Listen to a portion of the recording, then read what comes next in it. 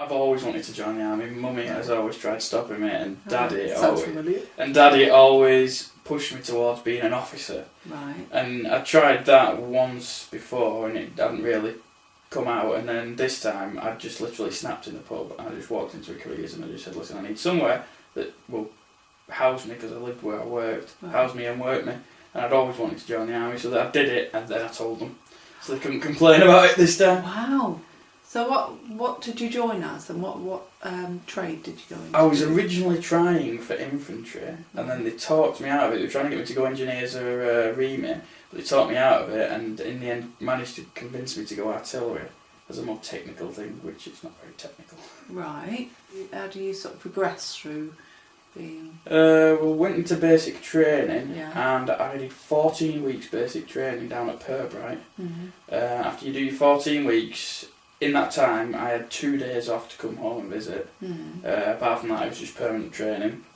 After the 14 weeks, you pass out, you get 2 weeks leave, and then you go into your phase 2, which, because I was training with REME and with logistics and with medics and stuff like that, then we split off and we go to just our artillery thing, which is based at Larkhill. Then it just depends how long it takes for you to get on the courses, because some people take 6 months to a year. I was lucky and got out of there in 6 weeks because I already had a driver's licence. Right. And then I went crazily to 2-9 Commando, and for 6 months got absolutely thrashed to try and do the Commando course, and ended up tearing my hamstring. Came off of that and said, "No thank you, I don't want another go." After they offered me another go, I'd just like to go to a different regiment, to which they sent me to 19 Regiment, Highland Gunners. There I was there for a week. Then I got sent on a 4-day pre-operations training, which was 2 days of briefs and 2 days of round robin just stands. And then the following week I was told, "Go home, you've got 3 days off, and then you're flying to Afghanistan." So were the conditions quite basic then when you went over to Afghanistan? It depends where you were. Right. If you're in Bastion, because it always winds me up when you see the press in the Sun and stuff, and they're always going on about how nice the conditions are and how it is. That's because they're sat in Camp Bastion that has got a Pizza Hut, or they're in Kandahar that's got a Subway and a Burger King, and they've all got ice and showers and all nice amenities and aircon. Mm-hmm. When you're out, like my first main bit was down at a place called Fob Dwyer in Southern Howland, in Garmacita, and that was just, we had a bit of barbed wire around a certain area where there was about 50-60 of us, and there was not much there. It was just basic gun pits. You all slept in a hole. We luckily just built some accommodation out of this thing called HESCO, which is basically rigid wire mesh that folds out into squares, and then it's got felt lining, and the engineers pop all these out in a line to whatever they want to build, and then they get a digger and they fill the mesh up with dirt that they just pick up, and that builds up buildings, and that's basically the building bricks of Afghanistan while we were there. This HESCO thing. When we were down in Dwyer, we made ourselves up a volleyball court. We got pallets that all our stuff got delivered on, and we took them apart, got the nails, got the thing, and we built tables, and we had poker tables going on. And we built ourselves a kitchen area out of ammo boxes and stuff. It rained once while we were there. It rained for 3 days straight, and with the mud, one of the lads got one of them HESCO things, nicked the wire, melded it around, and we actually built, using the mud, an oven. So we had an oven chamber and then a fire underneath that had a flue round the back, and we used to get you get these thing called 10-man ration packs, which is to feed 10 man for 24 hours, and there's tins of fish, beef and stuff. None of us had fish. The Afghans love fish. So we used to get the tins, go up to the ANA, the Afghan National Army, and say, "Right, we'll trade you 3 tins of salmon for 5 kilos of flour," and then they'd run off into town, probably only use 1 tin to get it, and come back with 5 kilos of flours, and we'd make naan breads in this oven that we made up. Fantastic. Again, burning pallets. Right, so when you were out there last time, did you ever sort of come under fire or feel that you were in danger in any... When we were doing our mogging, which was the bit we were out in the desert, we were on a fire mission covering the, I think it was the Gurkhas were doing in advance, and while we were on a fire mission covering them, we were getting mortared back, but nothing landed within about, I think the closest one landed about 200 metres away from us. They were mortaring us. Apart from that, I didn't really get shot at all. So, but you know, I mean, when you're out in a situation like that, what's going through your mind? Well, at that moment in time, we had a big burly sergeant screaming at one lad who was the youngest. He was only 18. And as soon as the one mortar landed, he ran, grabbed his helmet, and went and jumped in the trench that we'd dug by the side of our gun pit. And he was just getting abused by the sergeant, told to get his ass out of there. What the hell does he think he's doing? You don't leave the gun on a mission. So he actually left his gun? Yeah, well, the one lad did. He Yeah. was helping Yeah. handle the ammo, and he ran her over. And there were about 5 of us that just stood there on the gun.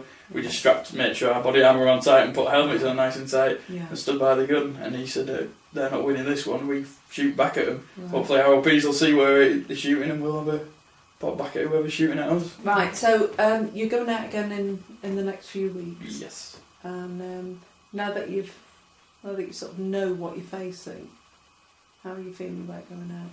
It's a lot more peaceful now. We are much more about the hearts and minds. The rules of engagement have completely changed to be a lot more talking to try and resolve things.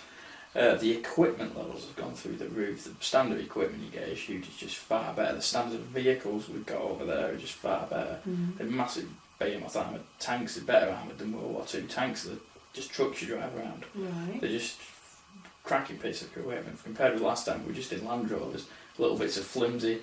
It felt like cardboard that they were saying it's ballistic matting, and we're like, what is it? But, Because there was a lot about the Land Rovers, wasn't yeah, there? they're not the greatest things in the world Yeah. when bombs are going off next Yeah. to you. So, yeah, this time they've got some proper decent equipment over there. Yeah. Well, it depends what we're doing right now. We're not 100% on what exactly they want us to do over there. We've just trained in many roles. But my basic job is just to man the guns and wherever they want them. Right. Whether they're bringing them in by truck or bringing them in by helicopter or whatever. Just sitting in a fob Yeah. in the middle of nowhere. Fob. Forward operating.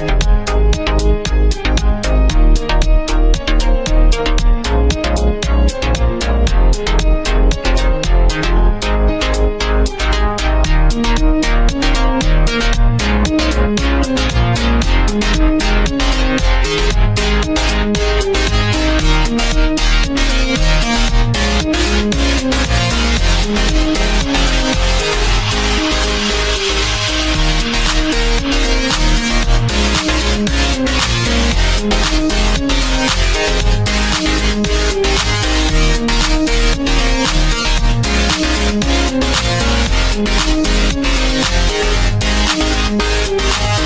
back.